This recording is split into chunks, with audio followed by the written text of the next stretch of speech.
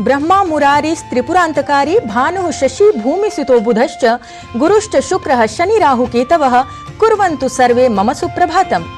सुप्रभातम नव प्रभात में नए उमंग के साथ हमारे विशेष कार्यक्रम सुप्रभातम में आप सभी का स्वागत है, जिसमें हम आपके लिए लेकर आते हैं भारतीय ज्ञान परंपरा, जीवन के लिए उपयोगी योग, स्वस्थ जीवन शैली का महत्व, बेहतर स्वास्थ्य के लिए प्रभावशाली उपाय, संस्कृत का ज्ञान और भारतीय संस्कृति की झलक। नमस्कार, मैं हूं लता वशिष्ठ।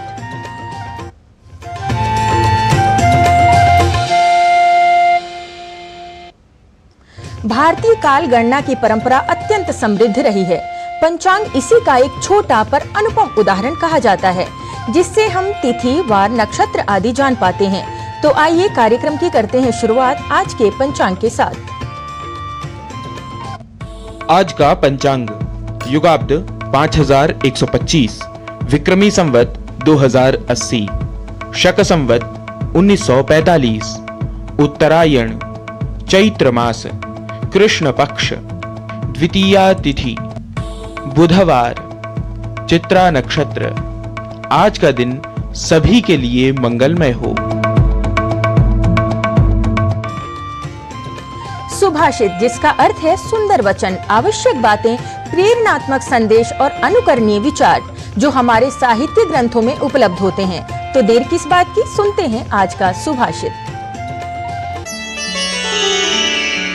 न धैर्येण विना लक्ष्मीर्न शौर्येण विना जयः, न ज्ञानेन विना मोक्षो, न दानेन विना यशः। धैर्य के बिना धन, वीरता के बिना विजय, ज्ञान के बिना मोक्ष और दान के बिना यश प्राप्त नहीं होता है। Money without patience, victory without courage, liberation without knowledge, and fame without charity cannot be achieved. भारतीय इतिहास में ज्ञान की अद्भुत परंपरा रही है।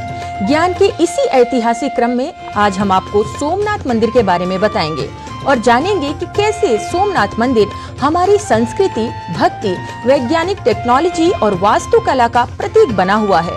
मंदिर के दक्षिण में समुद्र के किनारे बाण स्तंभ हैं, जो बहुत प्राचीन हैं। जानकार बताते हैं कि बाण स्तंभ एक दिशा दर्शक स्तंभ है। आइए जानते हैं इस प्राचीन सोमनाथ मंदिर के बारे में हमारे सहयोगी जनेंद्र सिंह की इस विशेष रिपोर्ट के माध्यम से।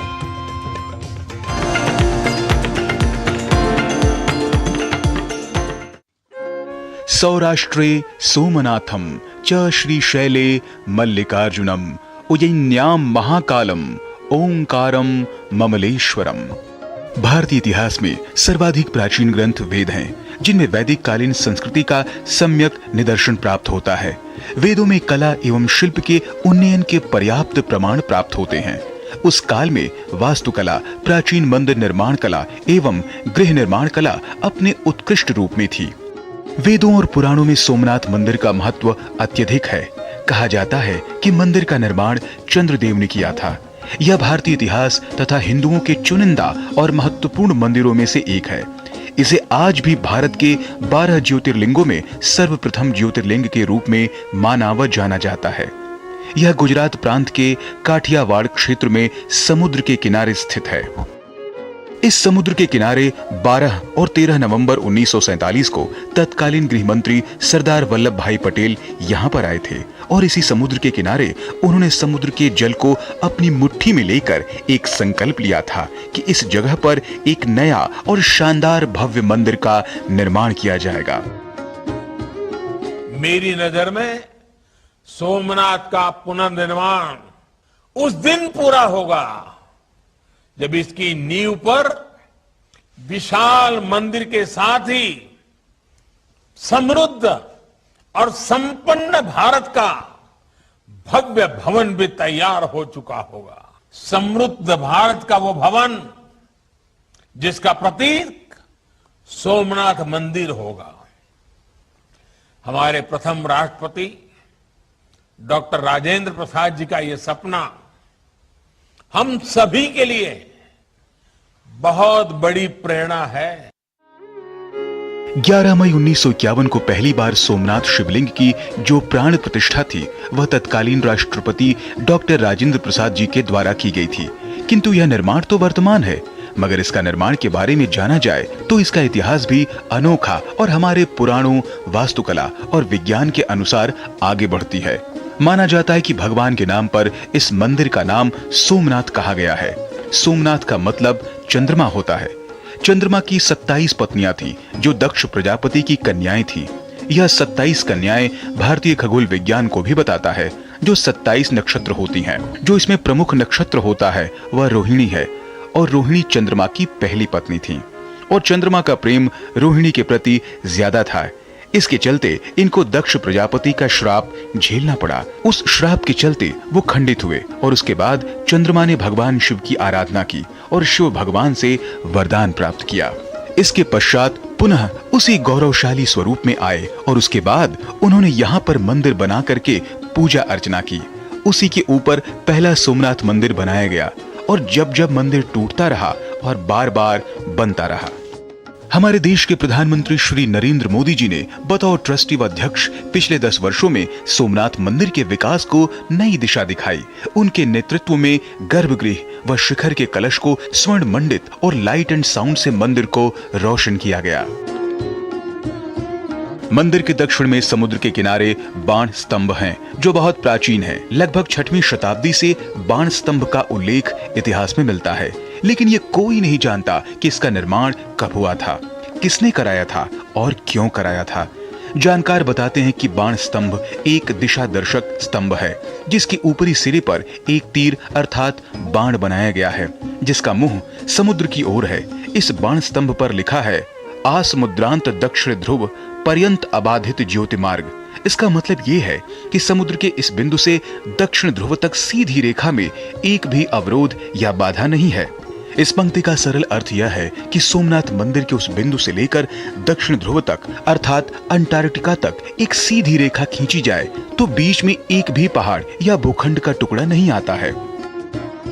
अब सबसे बड़ा सवाल ये है कि क्या उस काल में भी लोगों को ये जानकारी थी कि दक्षिणी ध्रुव कहाँ है और धरती गोल है? कैसे उन लोगों ने इस बात का पता लगाया होगा कि बाण स्तंभ की सीध में कोई बाधा नहीं है? इससे यह पता चलता है कि भारतीयों के पास जो विज्ञान था उस समय में भी कितना विकसित था। भारतीयों के द्वारा बनाया गया यह बाण स्तंभ आज भी इस चीज का अनुपम उदाहरण प्रस्तुत करता है कि हमारी साइंस टेक्नोलॉजी कितनी ज्यादा उन्नत थी, जो आज सोमनाथ मंदिर का भाग है। और यह मंदिर हमारी संस्कृति, भक्ति और वैज्ञानिक टेक्नोलॉजी, वास्तुकला का प्रतीक बना हुआ है। सोमनाथ मंदिर भारतीय सभ्यता और संस्कृति का अभिन्न हिस्सा बन चुका है, और आज ये मंदिर हर काल को पार करके अनेक भारतीयों की आस्था और धार्मिकता का केंद्र है। जनेंद्र सिंह की रिपोर्ट, डीडी न्यूज।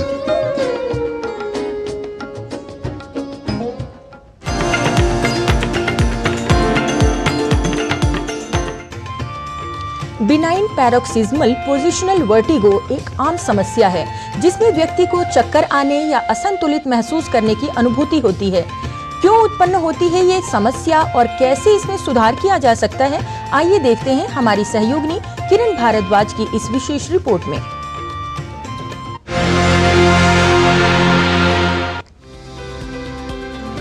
वर्टिगो या चक्कर आने की समस्या असंतुलित महसूस करने की अनुभूति है, जो कई कारणों से हो सकती है। वर्टिगो के मुख्य कारण मस्तिष्क या रीढ़ की हड्डी में उत्पन्न होते हैं, जबकि पेरिफेरल वर्टिगो आंतरिक कान में होने वाली समस्या की वजह से होता है। बिनाइन पैरोक्सिज्मल पोजिशनल वर्टिगो चक्कर आने के सबसे सामान्य कारणों में से एक है। वर्टिगो जो हम अगर कॉमन लैंग्वेज में बात करें तो चक्कर आने में दो तरह से पेशेंट आएगा, या तो आसपास का कमरा घूम रहा है या उसका सर घूम रहा है। क्योंकि हमारा बैलेंस जो बनाने के लिए 3 चीजें चाहिए। पहला है कान का अंदर वाला हिस्सा जो बैलेंस बनाता है, वो सबसे इंपॉर्टेंट है। दूसरा है ब्रेन, जो सिग्नल जाते हैं ब्रेन उसको प्रोसेस करेगा। और तीसरा है सेंसेशन, जो हमारा जॉइंट है और मांसपेशियां वहां से। जब तीनों चीजें सिंक्रोनस होके काम करेंगी तो हमारा बैलेंस ठीक रहेगा। इनमें से कोई भी एक चीज गड़बड़ होगी तो हमें चक्कर महसूस होगा। तो इसलिए सबसे पहले आप नाक कान गला विशेषज्ञ को दिखाएं।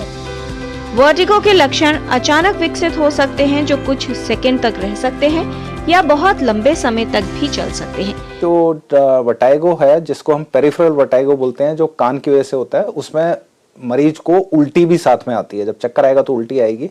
और ऐसे केसेस में जो दवाइयों का रोल है लेकिन वो बहुत लिमिटेड है, वो बिगिनिंग में जब तेज चक्कर आ रहे हैं उसको हम 1 या 2 हफ्ते दवाइयां देते हैं, साथ साथ में हम कुछ एक्सरसाइज बताते हैं जिससे कि बॉडी अपना बैलेंस रीगेन करे। उसका पर्पज होता है कि हमारे ब्रेन को एक्टिवेट करें और जो कान की वजह से दिक्कत हो रही है उसको ब्रेन ओवरटेक कर ले। जब भी कंप्यूटर बैठें तो लगातार ना बैठें, हर एक 10 से 15 मिनट के बाद आप कंप्यूटर से अपनी निगाह हटाएं, आप अपने आप को स्ट्रेच करें और फिर दोबारा से काम स्टार्ट करें। यदि आपको गंभीर वर्टिगो है तो उसके लक्षण लगातार हो सकते हैं और कई दिनों तक रह सकते हैं, जिससे सामान्य जीवन में कठिनाई हो सकती है। BPPV यानी बिनाइन प्रोक्सिमल पोजिशनल वर्टिगो के मामलों में कुछ विशेष एक्सरसाइज या व्यायाम करना सहायक सिद्ध हो सकता है। इसमें कॉमन अगर मैं बात करूं तो आंख की एक्सरसाइज, आंख को साइड वे लेके जाना, पहले स्लो, जैसे अगर मैं करके दिखाना चाहूँ तो पहले लेफ्ट लेके जाइए, फिर राइट लेके जाइए, ऊपर नीचे, फिर इसी को जल्दी जल्दी करें। उसके बाद गर्दन के लिए आप गर्दन को पीछे टच करिए छाती के साथ, फिर आप पीछे ऊपर लेके जाइए, फिर आप साइडवेज पूरा टर्न करें, फिर अदर साइड, पहले स्लो फिर जल्दी जल्दी। इसके अलावा आप कंधों को रोल कर सकते हैं। आप सिंपली ऐसे करें और कंधों को रोल करें क्लॉकवाइज, फिर एंटी क्लॉकवाइज। ये सब एक्सरसाइज हैं। इसके अलावा आपकी स्ट्रेचिंग एक्सरसाइज हैं, वो भी आप कर सकते हैं। अगर आपको चक्कर आ रहे हैं तो आप लेट के भी कर सकते हैं, खासतौर से आंख की और गर्दन की। अगर आपको चक्कर ज्यादा नहीं है तो बैठ के करिए, और अगर चक्कर बिल्कुल नहीं है तो आप खड़े होके घूमते फिरते करिए। एक कॉमन चीज है, जैसे आप बच्चे के साथ बॉल के साथ खेल सकते हैं। आप बॉल फेंकिए, बच्चा आपके पास फेंके, उसे कैच करें। सेम वे बैडमिंटन खेल सकते हैं, उसमें सारी एक्सरसाइज इन्वॉल्व है, लेकिन वो तभी करें जब आपको चक्कर नहीं आ रहे हैं। चक्कर के साथ करेंगे तो आप गिर सकते हैं और आपको चोट लग सकती है। यदि आपको वर्टिगो यानी चक्कर आने की समस्या हो रही है तो इसके कारण की पहचान करना आवश्यक है और विशेषज्ञ की सलाह अनुसार सही इलाज करवाना महत्वपूर्ण है। किरण भारद्वाज, DD न्यूज।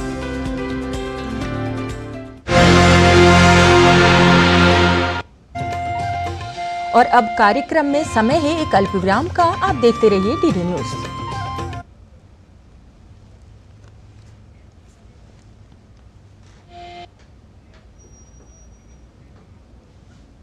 चुलबुलापन जिसकी हर बात में भूल जाए, मेरी जैसी मेरी अपनी पताका। पताका चाय, गजब का स्वाद। मैं क्या जी, सब जानते हैं, जहां दिखे मारियो, अपना समझ के खा लियो। Delivery boy has picked your order. अरे भाई, पता है भूख लगी है। 30 मिनट का मैसेज नोटिफिकेशन आया था ना। मैसेज के सारे थोड़ी बैठ सकते हैं। कल आपने कुछ शेयर्स बेचे थे ना? हाँ, तो चेक किया? मैसेज आया तो था। सिर्फ मैसेज काफी नहीं है। आप शेयर मार्केट में कोई भी ट्रांजैक्शन करते हैं ना, तो स्टॉक एक्सचेंज से आए SMS या ईमेल को अपने डीमैट अकाउंट और बैंक स्टेटमेंट के साथ भी टैली कीजिए। बेटा, भूख में ना दिमाग बंद हो जाता है। सोचकर समझकर इन्वेस्ट कर।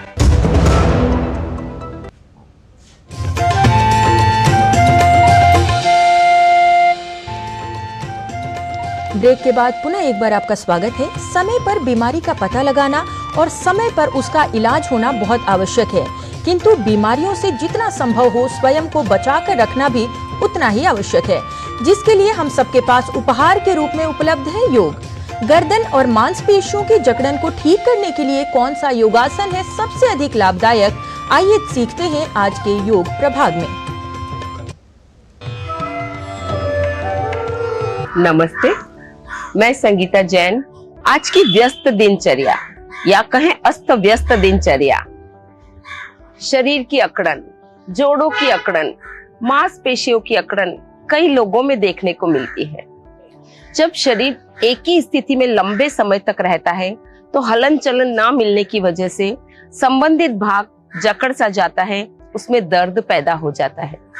योग कहता है कुछ सहज भाव आसन, इजी मूवमेंट्स, उसको हर उम्र का व्यक्ति कर सकता है और इसे करने से संबंधित भाग लचीला रहता है और दर्द नहीं आता।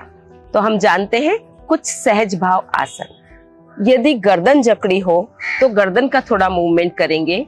सबसे पहले साइड में देखेंगे दोनों तरफ, उसके बाद घुमाएंगे अपनी गर्दन को साइड में दोनों तरफ और धीरे से पीछे आधा रोटेशन करेंगे। 3 से 5 बार इसे जरूर दोहराइएगा। अगर लैपटॉप पर काम लंबे समय तक किया, एक ही पोस्चर में रहे, कंधे अकड़ जाते हैं, तो कंधों के लिए कंधों का रोटेशन हम करेंगे 3 से 5 बार और उसी की विपरीत दिशा 3 से 5 बार। और थोड़ा मूवमेंट लेने के लिए हाथों को मोड़कर कंधे पूरी तरह घुमाते हुए और इसी को विपरीत दिशा में घुमाएंगे। और अधिक दर्द हो तो दोनों हाथों को पीछे रखेंगे और स्ट्रेच करेंगे। ये आप ऑफिस की टेबल पर बैठकर भी कर सकते हैं, बल्कि कहेंगे करना ही चाहिए।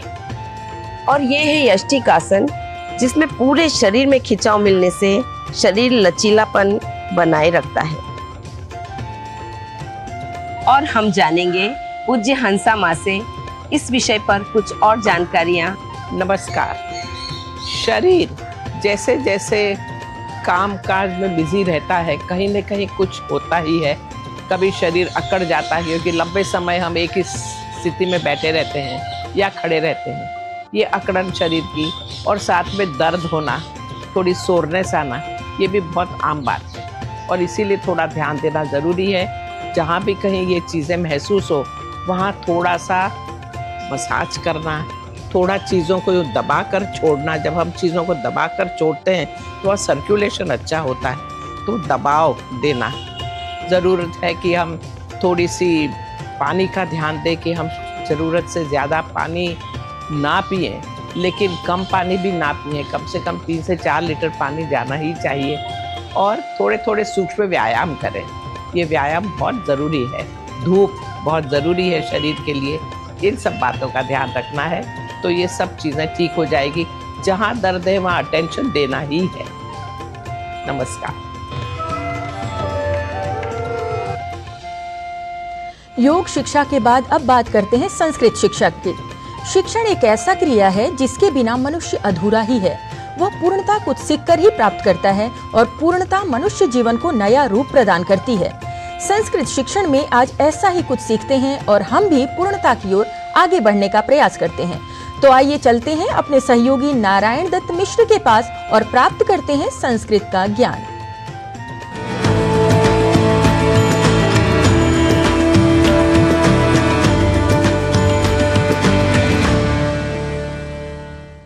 नमो नमः। अभिनंदनमस्तु पुनरपि सर्वेषां संस्कृत पाठशालायाः उच्चारणगत कक्षायाम्। आज बात एक विशेष अक्षर री की, जिसे हम अधिक शुद्ध बोलने के प्रयास में बोल जाते हैं कुछ अलग, और इस अलग उच्चारण के समय यह नहीं सोचते कि यदि री को रू या र ही कहना रहा होता तो यह लिपिगत अंतर ही भला हमारे सामने क्यों होता। अस्तु, अब हम इसी प्रश्न के उत्तर के रूप में और री के अधिक स्वीकृत और शास्त्रीय चिंतन के साथ उच्चारण के वैशिष्ट्य पर आज करेंगे बात। हम में से कई लोग गृह या गृह कार्य को ग्रह और ग्रह कार्य बल्कि गृह या गृह कार्य तक बोल जाते हैं। जबकि अक्षर विन्यास पर हम कुछ ध्यान दे दें तो हम इन उदाहरणों में री इस अक्षर या वर्ण विशेष को देखने पर यह उच्चारण ही नहीं करेंगे। र या रू ये अक्षर बोलेंगे ही नहीं, क्योंकि जिन अक्षरों की सहायता लेकर हम कई शब्दों का उच्चारण जो हम करते हैं र और रू से, वो यहाँ पर नहीं है। आइए हम कुछ और उदाहरणों को भी देख लेते हैं जहाँ हम री को र या रू इस रूप में उच्चारित किया करते हैं और हमें लगता है कि यही शुद्ध उच्चारण है। जैसे एक शब्द है वृश्चिक, जिसका अर्थ है बिच्छू, और इसी वृश्चिक शब्द को हम अक्सर कई लोगों से वृश्चिक इस रूप में सुन लेते हैं। ऐसे ही कृष्ण को कृष्णा तो बोल ही जाते हैं, साथ ही साथ कृष्ण यह भी बोल जाते हैं। तो हमें एक तो अंग्रेजी भाषा के उच्चारण का अनुकरण करते हुए योग को योगा की तरह, कृष्ण को कृष्णा यह उच्चारण नहीं करना, क्योंकि कृष्ण तो पुल्लिंग शब्द है, जबकि कृष्णा स्त्रीलिंग, अर्थात कृष्ण देवकी नंदन, राधा रमण और अर्जुन सखा हैं, जबकि कृष्णा तो द्रुपद नंदिनी, पांडव पत्नी और द्रौपदी हैं। तो कृष्ण और कृष्णा का भेद जैसे अब आप समझ चुके हैं, वैसे ही कृष्ण और कृष्ण का भेद या शुद्ध अशुद्ध उच्चारण का अंतर समझ चुके होंगे, यह हमें आशा है। यहां हम अब यह समझ लेते हैं कि आखिर री को र या रू के रूप में उच्चारित करना क्यों गलत है। देखिए, एक छोटा सा सूत्र है, नियम है, ऋतु रसाणाम मूर्धा, अर्थात री टवर्ग अर्थात ट से लेकर न तक, फिर र श जिसे मूर्धन्य श ही कहते हैं, इन सभी का उच्चारण स्थान मूर्धा है। मूर्धा अर्थात मुंह के अंदर के तालू और ऊपर के दांतों के पीछे सिर की तरफ का भाग, जिसे जीभ का अगला भाग री, ट, ठ, ड, ढ, ण, र और श इन वर्णों के उच्चारण करते समय उलटकर छूता है।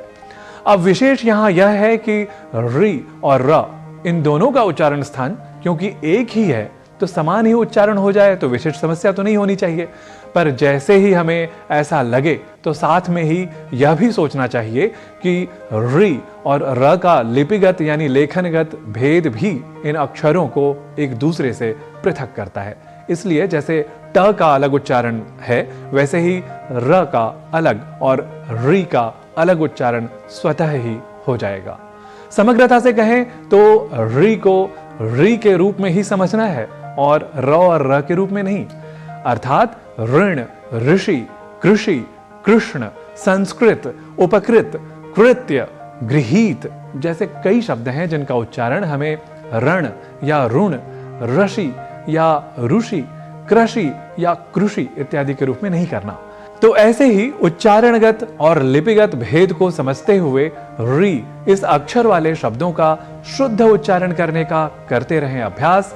अभी मुझे दीजिए अनुमति। पुनर्मिलामः अग्रिमायां संस्कृत पाठशालायाः कक्षायां। नमो नमः।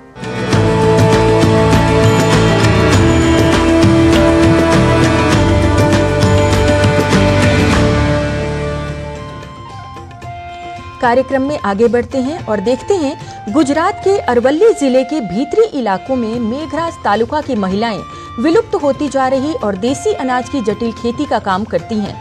साथ ही देसी बीजों का संरक्षण कर बीज बैंक बनाकर उसे चलाने का सराहनीय काम कर रही हैं। देखते हैं विशेष रिपोर्ट।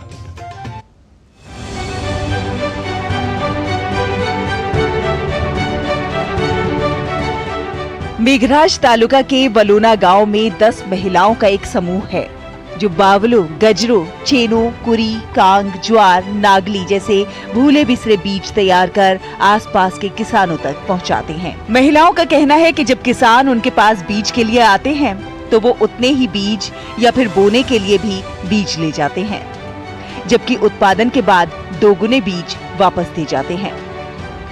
बीज बैंक का उद्देश्य खोए हुए बीज को पुनर्जीवित करना है और देसी बीजों की किस्मों को बनाए रखना है ताकि किसान गैर संकर बीज उगा सकें। बीज बैंक चलाइए। गांव की हम सभी बहनों ने मिलकर एक बीज बैंक बनाया है। हम देसी और विलुप्त प्रजाति के बीज बचाकर रखते हैं। हम हाइब्रिड बीजों का इस्तेमाल बिल्कुल नहीं करते हैं। हम डेटा रखते हैं कि हमारे पास बैंक में कितने बीज हैं, हमारे गाँवों में किसान कितने बीज इस्तेमाल करते हैं और बदले में हमें कितने बीज मिलते हैं। हम हर चीज का हिसाब रखते हैं। हेतु से बीज बैंक। कमला बहन और उनके जैसी कई अन्य महिला किसान मोटे धान के बीजों का खजाना बचा रही हैं।